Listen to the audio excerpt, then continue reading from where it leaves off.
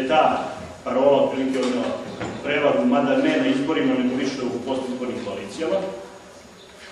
I naravno, mi smo se uvek bunili zbog toga što mi ne smatramo da Srbija nije Evropa.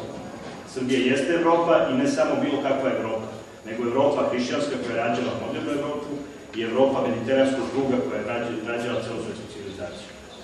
Međutim, danas kad kažete Evropa, oni svi misle na Evropsku uniju. I kada kažete da Evropa, to je Evropska unija, nema alternativu, onda je sve gotovo i onda ovako predavanje je potpuno besmisleno. Ali mi to nikad nismo verovali ni onda kada je mnogo ljudi u Srbiji verovalo u tu paradigmu. To što mi tada nismo verovali ne znači puno. Izgledali smo kao grupa ekstremista koji ne shvataju šta je neminovnost. Čak i nacionalne stranke koje su govorile o Srbiji nisu smjele da kažu da Evropsku uniju treba dovesti pod znak pitanja u smislu učlanjenja Srbije u Evropsku uniju. Međutim, samo posle par meseci, znači ni godinu dana nije prošlo, sve posledice svetske ekonomske krize su se osetile. Evropska unija se odjednom uplašila od novog proširenja. Došli smo u situaciju da sada oni koji su propagirali Evropsku uniju u Srbiji ćute i ne smiju baš više tako da pričaju o tome. Da oni koji su najviše pričali o evropskom putu Srbije sada traže kredite u Belorusiji, Rusiji i Kini. Došli smo u situaciju da oni koji su svojevremeno mahali zastavom Evropske unije sad to malo stavljaju u stranu i sad već govore o tome da je sasvim prirodno sarađivati sa Rusijom, Belorusijom, Kinom, Indijom, Brazilom. Sve ono što im je tada izgledalo potpuno besmisleno. To je taj prostor koji se otvorio, o kome mi sad možemo pričamo kao novoj geopolitičkoj opciji Srbije. Ali šta je vrlo bitno? Da bi mi znali šta je geopolitička opcija Srbije, mi prvo moramo da znamo šta je naš interes kao narod. Dakle, ako vi sada imate Srbiju koja je prilično sagaćena, koji već spremaju predlog statuta Vojvodine, koji bi trebali još malo da odrubi od Srbije i da napravi jednu minu za buduće političke odnose u Srbiji. Kada imate situaciju da vlada u Beogradu donosi jedan zakon koji smo mi podržali samo kao načelno pitanje, a to je zakon o dijaspori, a podržali smo ga zato što smo mislili da je krajnje vreme da neko počne da razmišlja o dijaspori. Ali smo isto tako odmah reagovali da to što je u tom zakonu predviđeno, da su Srbi na Balkanu malte ne doseljenici, a ne autentični narodi koji su tu nikad imaju svoja prava. Da to što Srpska pravoslavna crkva nije dobila specijalan status u tom zakonu. Da to što su potpuno zaboravljeni odnosi prema svim našim zajednicama u rasejanju i postavljeni na potpuno nenormalne odnose preko nekih institucija koje već više ne postoje u tom narodu. Da su to sve stvari na koje smo odmah reagovali i rekli da taj zakon u tom pravcu mora da se menja. Naravno, naš glas se tamo još uvijek ne sluša tako kako bi trebalo se sluša, a nadam se ako u ovoj kampanji koju vodimo da smenimo gospodina NATO ministra u vladi Srbije, gospodina Šutanovca, onda će nas malo više slušati. A nismo daleko od toga. Radi se o tome da naša dijaspora i naša Srbija i Srbija koja je prilično okrenjena suverenitetom u ovom trenutku, neki bi čak rekli da je u specifičnoj okupaciji, da ona ima po tim političkim paradigmama potpuno različite interese. Međutim, ako mi znamo šta je smisao našeg naroda, ako znamo da naš narod kao svetosrpski narod ima budućnost i smisao svog postojanja na Balkanu, mi ćemo vrlo lako shvatiti šta je interes Srba u 21. veku. A to je naša geopolitička opcija. Naš interes koji ćemo probati da proguramo između vrata svih velikih sila koje pokušavaju da ta vrata zaokruže. Taj interes je da Srbi, kako mi u Dverima kažemo za Balkan, da sve srpske zemlje postanu pravoslavne zemlje srpskog naroda.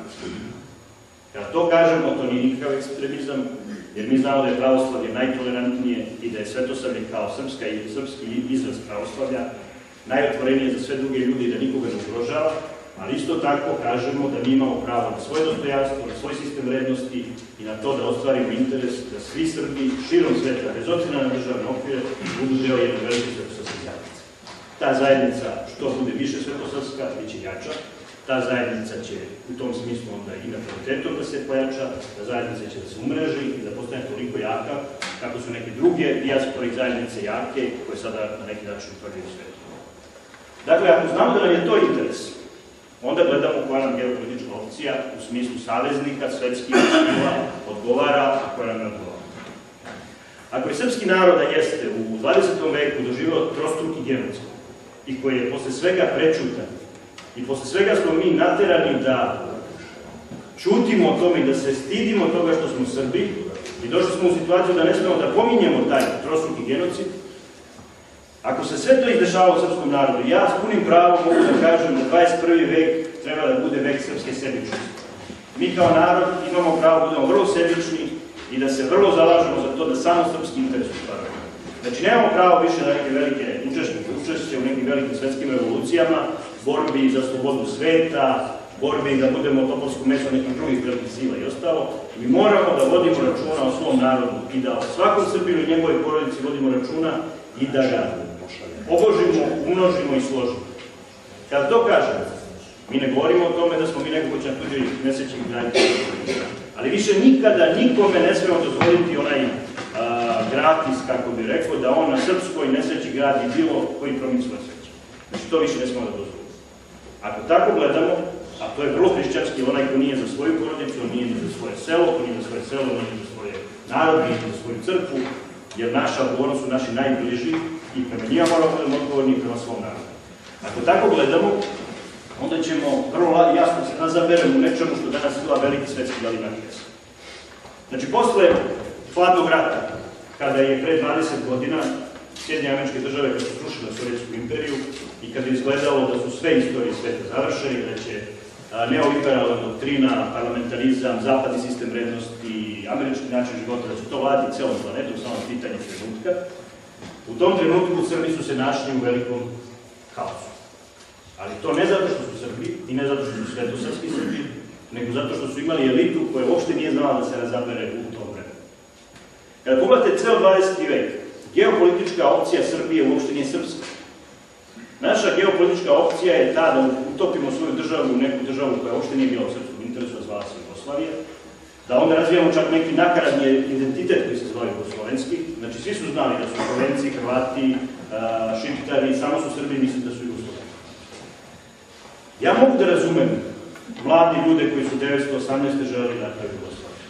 Oni su bili intelektualci koji su svoje knjige čitali u Parizu, u Beču, u Berlinu, na zapadu su se izučavali. Oni su svoju crkvu doživljavali samo kao deo tradicije, nisu razumeli dubinu svetosavlja i to da je ono nešto što je naša misija kao naroda u ovom svetu.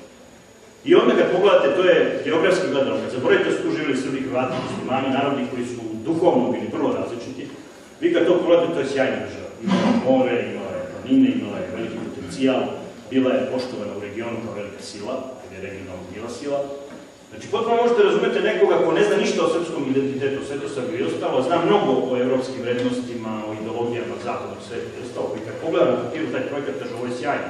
Kako će Srbiji postati učesnici svetske istorije?